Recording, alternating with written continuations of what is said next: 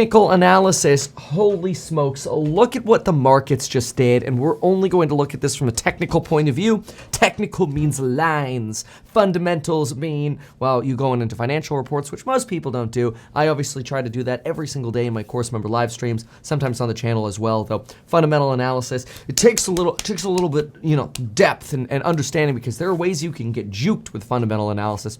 We're actually going to be talking about that regarding how you could get juked by investing in a company like Silvergate Capital. And whether or not you're even interested in investing into a company like that, it's really amazing to see how the fundamentals could really be rigged, even though they're technically legally rigged that way. It's remarkable. So that's why using technical analysis, in my opinion, it can be phenomenal as well, because you can get away from, you could sort of escape the trickery that goes into fundamentals and look broadly here at what the market is doing. What I really enjoy about this downtrend over here is that obviously the downtrend on the NASDAQ, this being the QQQ, has broken. We also just tested approximately that 23% retracement line, and what I really enjoy here is that we had a very, very strong support level here, in that we had the same 200-day moving average as the 23% Fibonacci. That set up a really strong support level, and sure enough, look what happened. Green candlestick. Yesterday, indices were up across the board, but what's remarkable about the fact that indices were up across the board is that Treasury yields had gone as high as 4.08% on Thursday, really setting up for potentially a punishing Friday. But what we actually got, if I click the right button, there we go. What we actually got was every index up, 1.17 on Dow, 1.61 on S&P, NASDAQ up almost 2%, even the Russell was up. Volatility index, look at that, down at 18.4. This is remarkable. The VIX is plummeting at the same time, often measured as the fear index. And then over here, you see bonds right back to 3.96. Now still really high, but look at that, an 11.5 basis point decline in the 10-year. Now some of the ISM numbers that came out were a little less bad than potentially they were feared, given that some of the numbers that came out 3 days ago were a little scary, and that's why things started pumping, as we saw a little bit of data support here as well. But personally, I wouldn't be surprised if from a technical point of view, we are confirming this trend. Now that's fantastic. That doesn't mean we're going to have a very smooth Nike swoosh style recovery, which I regularly talk about. That we might, we've basically had this long period down. Now what we're looking for is a nice long period to the upside, but it's going to come with volatility. And I think on a technical basis, we could probably trade between these Fibonacci lines here and expect that every single month we're going to be hanging our hats on the next report. So for example, the catalyst you should already have written down on a post-it note on your desk or wherever. Obviously, it's going to be March 10th. That's your labor report. That's this week. So March 10th is this week. That's going to be pretty important, because we're going to look for wage price increases, and then obviously what's the actual result of the labor report. That is going to be the 10th. Then right after that, I think it's Tuesday on the 14th, we'll get our CPI, and then the 22nd we'll have the Fed. Now, even if we go through those reports, and let's say we got reports that said, look, things are going to take a little bit longer, we're going to need some more patience, but despite needing a little bit more patience, the trend is that inflation is going away and the market is spending through the recession. Maybe we won't actually hit a very, very deep, dark recession. If anything, we have something shallow. Yes, staples and retailers get hit, but beyond that, what happens? Hopefully we end up testing our next retracement line here. Now, what would be phenomenal about that is even if we hit that next line, ideally we exceeded a little bit, I would not be surprised if what ends up happening, and this is just a prognostication about 3-4 weeks out, is once we cross that 38.2% level up here, I wouldn't be surprised if we potentially then retrace back to it, while of course then we wait for the data releases in April. That's going to be 2023 in a nutshell, in my opinion. I think it's a slow chug up, and while we're chugging along on the up, We're going to keep falling back to these levels, especially when we get a double support like we did here, where the simple 200-day moving average literally underpinned the 23.6% Fibonacci retracement. In my opinion, this is just my opinion, for us to actually drop back to this 0% Fibby level, which was hell. Okay, this was hell in October. Back in October, remember the sentiment. Now, I'm purposefully backing away from sort of what the Fed is saying or fundies or things that are going on. I'm talking sentiment and technicals, okay?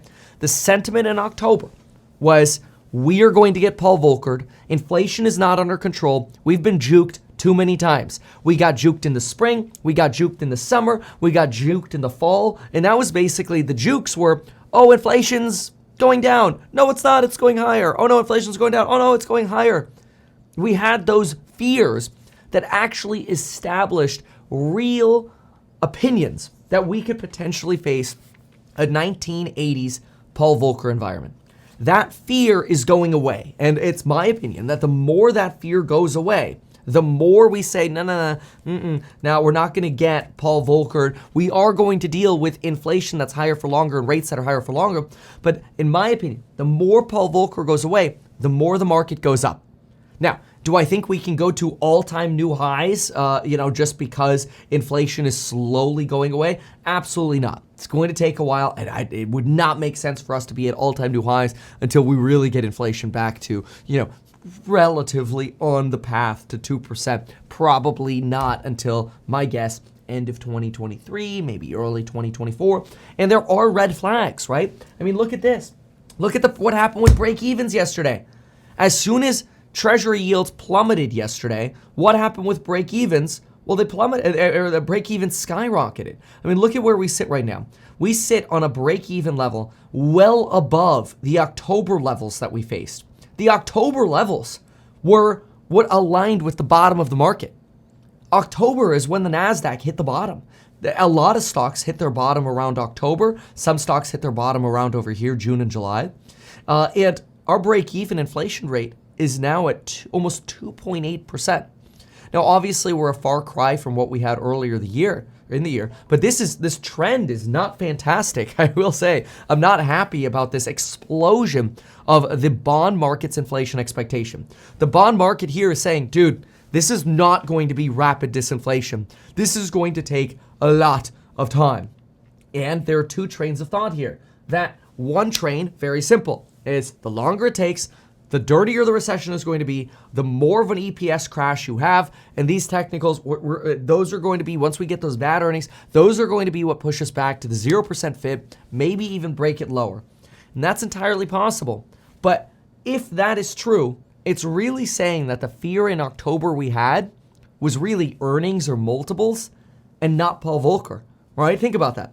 If in October we hit lows in the stock market because we were fearful that, oh no, earnings are going to go down, or we were going to get some kind of multiple compression, which obviously we did. The first half of the crash is usually your multiple derating. That's where you get compression. Understand multiples like this. Very simply, if you have $10 of earnings and your company's selling for 10 times earnings per share, it's a $100 stock, right? 10 times the multiple of 10, $100. If you still have $10 of earnings, but your $10 turns into $5, well, then it's 10 times 5, $50 stock. Stock trades down 50%. If now your earnings go down another 50%, from $10 of earnings, and you're down to 5, times the multiple of 5, boom, your stock's worth $25, right? Those are the two big fears. And so that is sort of this traditional way to look at the stock market, that the two fears that drive the stock market down are multiples and earnings. My opinion is that this bottom over here was actually not a bottom set by the fear of multiple or earnings compression. Yes, that helped contribute to this, but I think we actually got pushed to these depths because of the Paul Volcker fear.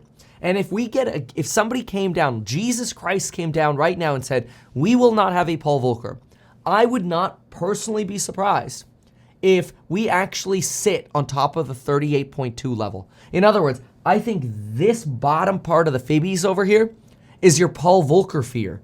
And this part of earnings over here, or this part of the market over here, the upper sort of 62-ish%, I think that's where your earnings and multiples are. So I think really the part that stretched us to the bottom was Paul Volcker fear. And as that goes away, it sort of reiterates the Nike swoosh recovery. That's my opinion. Now, from a technical basis, hopefully this remains to be correct. So far it is. We could do something similar over on the SPY. I actually don't even have Fibbies drawn on the SPY, so let's go draw them together. So let's try not to make a mess of this. Let's clean this up a little, and let's see what we have here. So we're going to go with 472.32 on the SPY. Oh, I'm messing with the wrong item here. This is what happens if you have too many. So this is our downtrend. Let's go ahead and remove that for a moment. There we go. Weeble. Let me actually adjust this properly. 472.32 and 346.52. There we go. Here's our Fibby. So on the S&P 500 on the SPY, you're actually sitting at a substantially higher level already, right? I personally am much more exposed to the NASDAQ style stocks than I am SPY stocks. I think SPY stocks actually still have a potential correction ahead of them, much like a video I covered yesterday where in the report yesterday, there was basically talk about this potential 50% correction of SPY. I don't think it's going to be that brutal, but do I really think that the SPY should be trading at these levels where we're at, let's see, we're sitting already above the 38.2 level and we've already been breaking above that into more the 61 range? Personally, not the biggest believer in that. Personally, I think the SPY has the greatest risk. Now, we'll see. Big fan, though, personally, of the QQQ, so maybe I just pay attention more to this. And this has sold down substantially more. By the way, yesterday in the course member live stream, I have to say, we did a, and I know we're talking TA here, but we did a fundamental on Salesforce. Wow. Wow, the fundamentals are actually really, really good over on Salesforce. I don't know why that tangent came up, but hey, you never know what you're going to get with Kevin.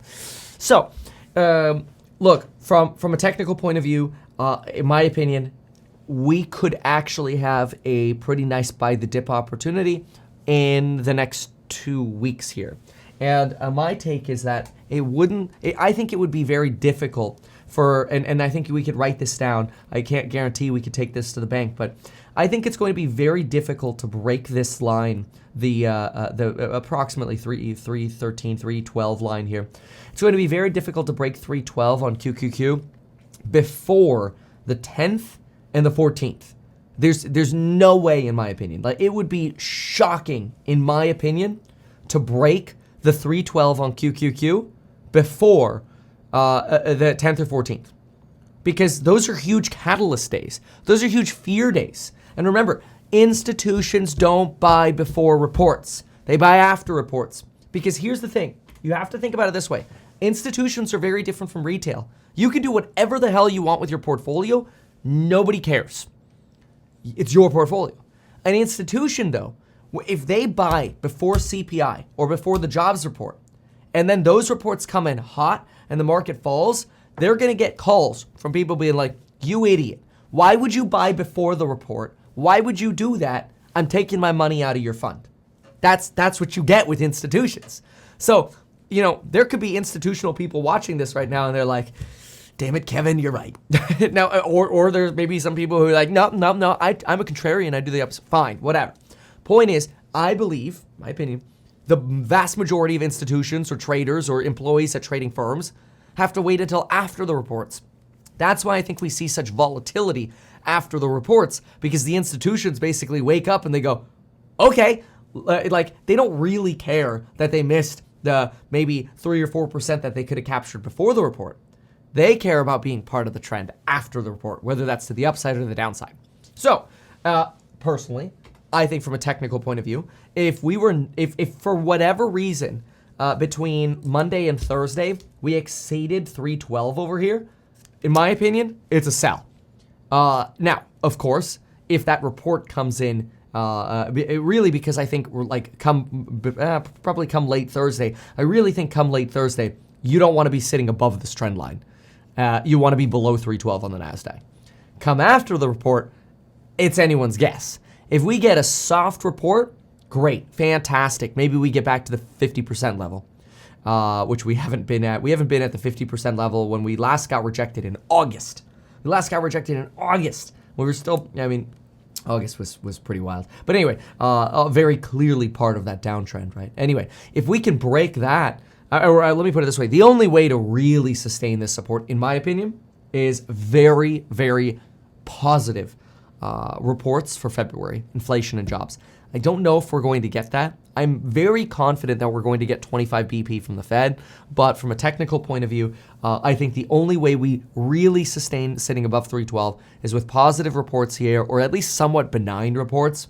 We just need to make sure we get rid of the Paul Volcker. As long as there's no crazy, fearful move to the upside, I think we're relatively safe expecting to run over this. If we get a terrible report, depending on how bad it is, will depend how closely we retrace. I mean, we could end up, with a basic report that's not that fantastic. Wouldn't surprise me to trade sideways, sitting right on that 23.6 line. A terrible report that evokes the fears of Paul Volcker, we're going right back to the zero fibbies. So there's a lot of downside. I would almost say there's probably more downside risk than there is upside risk.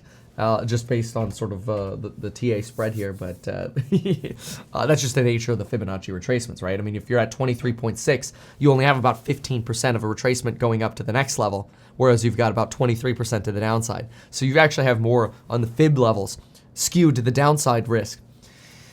Anyway, so that's sort of the way I would be thinking about this. Those catalyst dates are going to be everything. This market is solely trading off those caddy dates.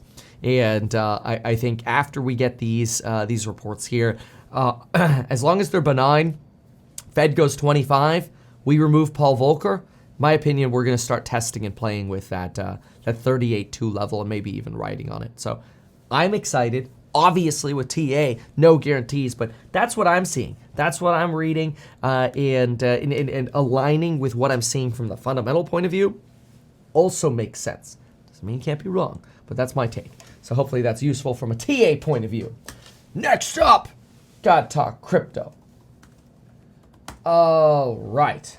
Let it fall. I love the deals. Oh, you're terrible, says someone here in the comments. Someone's talking about snakes in the comments. When do you sleep? At night. Tangents are good. Thank you for that. Let's see. Can you explain what will happen realistically if we get Paul Volcker? Yeah, sure. I mean, just basically briefly, it's like it's hell, right? So Paul Volcker scenario means the Fed has lost control. There will be utter panic in the markets because that means the Fed has really, really failed. That means they were wrong about transitory inflation. They were wrong about disinflation. They were wrong about the soft landing. The trust in the Fed will go away. I will, like, if we go Paul Volcker, I'm taking 2 years off, man. I don't even, like, that. It's going to be so shitty. Okay, I probably won't take off because I just can't not work, but, like, you don't want to go there. I mean, you're looking at rates unanchoring, an actual real estate crash, not the sort of real estate softening that we've had, but like a real estate crash. You're looking at fear levels, the likes of which we haven't seen probably since the 70s and early 80s. Trust in the dollar. I don't know. I mean, I think the whole world would have issues. So, I mean, the dollar would still probably rise because it'd be the safest of the crappiest, paper currencies. But you don't want to go there. I mean, the low levels of the stock market that we saw in October would be a joke compared to what would happen under a real Paul Volcker scenario. You don't even want to think about it.